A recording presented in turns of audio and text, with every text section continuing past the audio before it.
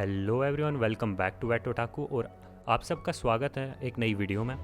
आज की जो वीडियो है ये थोड़ी डिफरेंट होने वाली है, क्योंकि आज की वीडियो में हम किसी मांगा या मनहवा की एक्सप्लेनेशन नहीं करने वाले, बल्कि आज हम बात करेंगे रेंट ए गर्लफ्रेंड के ऑथर रेजी पे और उसके बढ़ते हुए सेल्फ ऑब्सेशन पे, जिसके लिए उसे काफ़ी ज़्यादा ट्रोल किया जा रहा है एक्स या ट्विटर पे।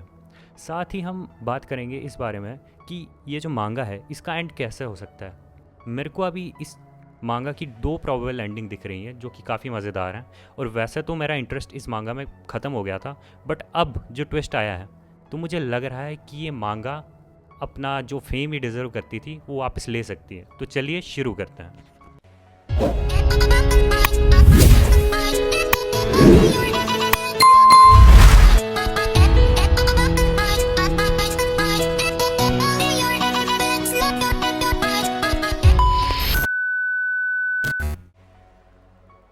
तो चलिए हम शुरू करते हैं हमारे पहले टॉपिक से, जो कि था रेजी और उसका सेल्फ ऑब्सेशन। तो मैं आप सबको बता दूं कि रेंट ए गर्लफ्रेंड के ऑथर का नाम है रेजी, और ये काफ़ी ज़्यादा पॉपुलर एनीमे है क्योंकि इसकी एनिमेशन काफ़ी अच्छी थी और काफ़ी ज़्यादा लोगों को ये बहुत अच्छा लगा था, एटलीस्ट जो एनीमे देखने वाले हैं। बट जो रिसेंटली इसका एक मांगा पैनल जो पॉपुलर हुआ था कुछ टाइम पहले, जिसमें हमारी जो मेन कैरेक्टर चिज़ुरू है, होपफुली द मेन कैरेक्टर, जो हमारे जो मेल मेन कैरेक्टर है जिसका नाम चिज़ुरू है, उसको रिजेक्ट कर देती है। तो इसकी वजह से इंटरनेट काफ़ी बटा हुआ था और काफ़ी जो मांगा रीडर्स हैं वो इससे खुश नहीं थे। तो इसलिए वो कह रहे थे कि जो रेंट ए गर्लफ्रेंड है इसकी मांगा टोटली शिट है, मैं इसे आगे नहीं देखने वाला, I will drop this anime. और काफ़ी ज़्यादा भला बुरा वो इसे कहने लगे। साथ ही में जो इसके ऑथर रेजी थे उसको काफ़ी ज़्यादा बैकलेश मिला। और इतना ही नहीं, बट जो हमारा जो ऑथर था रेजी, उसके भी कुछ अजीब बयान आ रहे थे इस एनिमे से रिलेटेड। वो कह रहा था कि चिज़ुरू इज़ हिज गर्लफ्रेंड और he won't let anyone take her. साथ ही में वो बोलता है कि जो हमारा मेन कैरेक्टर है काजुया, वो उस पे बेस्ड है। तो ये सब थोड़ा ज़्यादा प्रॉब्लमेटिक हो जाता है। एज एन ऑथर आपको एक स्टोरी जो है वो पहले से दिमाग में होती है और आप उस स्टोरी को प्रेजेंट करते हो बाकियों तक, बट स्टोरी लिखते लिखते आप इतना खो जाओ उसमें कि जो आपने कैरेक्टर बनाया है आप उससे ही इतना ज़्यादा ऑब्सेस्ड हो जाओ कि आप अपनी स्टोरी को एक तरफ रख दो और ख़ुद उस स्टोरी का पार्ट बनना चाहो। इस वजह से उसे काफ़ी ज़्यादा बैकलैश मिल रहा था। बट जो रिसेंटली हुआ है मैं आपको बता नहीं सकता, ये एक टोटल कॉमेडी है। जो हमारा रेजी है इसने क्या किया, जब जैसा कि हम सबको पता है जो चैप्टर नंबर 380 के आसपास कोई चैप्टर था जिसमें चिज़ुरू ने उसको रिजेक्ट कर दिया था हमारे मेन कैरेक्टर काजुया को। तो उसके बाद जो हमारा मेन कैरेक्टर है उसने अपना हेयर स्टाइल चेंज कर दिया, और गेस करो उसने हेयर स्टाइल किसकी तरह लिया। जी हाँ, ये हेयर स्टाइल लिया उसने अपने जो क्रिएटर है उसका, यानी कि जो हमारा मेन कैरेक्टर है ऑथर ने उसको अपने जैसा दिखाने का ट्राई कर दिया। वो खुद को एनिमे का ही पार्ट समझ रहा है। और प्रॉब्लमेटिक ये इसलिए है क्योंकि जो हमारा ऑथर है ये शादीशुदा है। ये अपने लिए अपने ऑब्सेशन की वजह से पूरी की पूरी स्टोरी है उसको एक तरफ कर रहा है और ख़ुद अपनी लाइफ जीना चाहता है, जिसकी वजह से जो इससे इतनी बैकलेश मिल रही है वो आई थिंक कहीं ना कहीं जस्टिफाइड है। तो नाउ एट दिस पॉइंट ये जो मांगा सीरीज़ जिस पॉइंट तक आ चुकी है, अब ना मैं उन लोगों में से हूँ जो इस सीरीज़ को सपोर्ट कर रहे हैं और कह रहे हैं आई लाइक दिस सीरीज़, और ना वो जो कह रहे हैं कि इसे हेट मिलनी चाहिए, बड़ी ख़राब सीरीज़ है। अब तो मैं बस एंजॉय कर रहा हूँ इस सीरीज़ को, क्योंकि अब जो लास्ट 401 एंड 402 चैप्टर आए हैं उनमें तो जो दिखा दिया है मुझे समझ नहीं आ रहा किस लेवल का सेल्फ ऑब्सेशन है इस आदमी को। तो चैप्टर 401 में हमें दिखाया जाता है कि जो हमारा मेन कैरेक्टर है उसको उसकी पहली क्रश या गर्लफ्रेंड जिसका नाम मामी था, वो उससे randomly out of the blue एक क्वेश्चन पूछती है, do you still love me.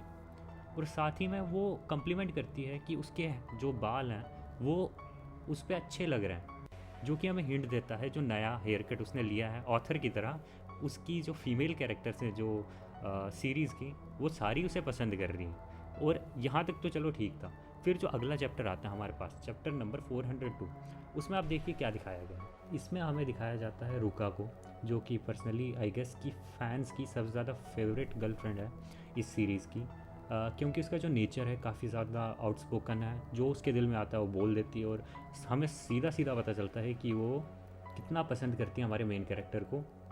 I mean like no hate to Chizuru but Ruka is the best girlfriend in this series. हमें इस चैप्टर के लास्ट कुछ पैनल्स में दिखाया जाता है कि जो रुका है वो काजुया से आके कहती है कि उसे उसके साथ फिज़िकल होना है।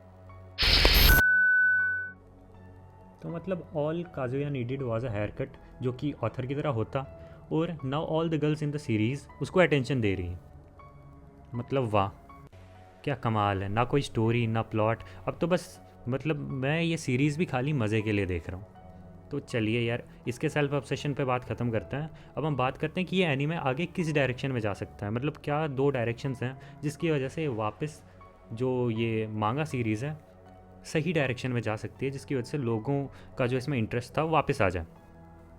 तो यहाँ पे मेरे पास दो थ्योरीज आती हैं, जो कि है क्या हो अगर काजुया इस ऑफ़र को यस कहता है या वो डायरेक्ट रिजेक्ट कर देता है रूका के इस ऑफ़र को।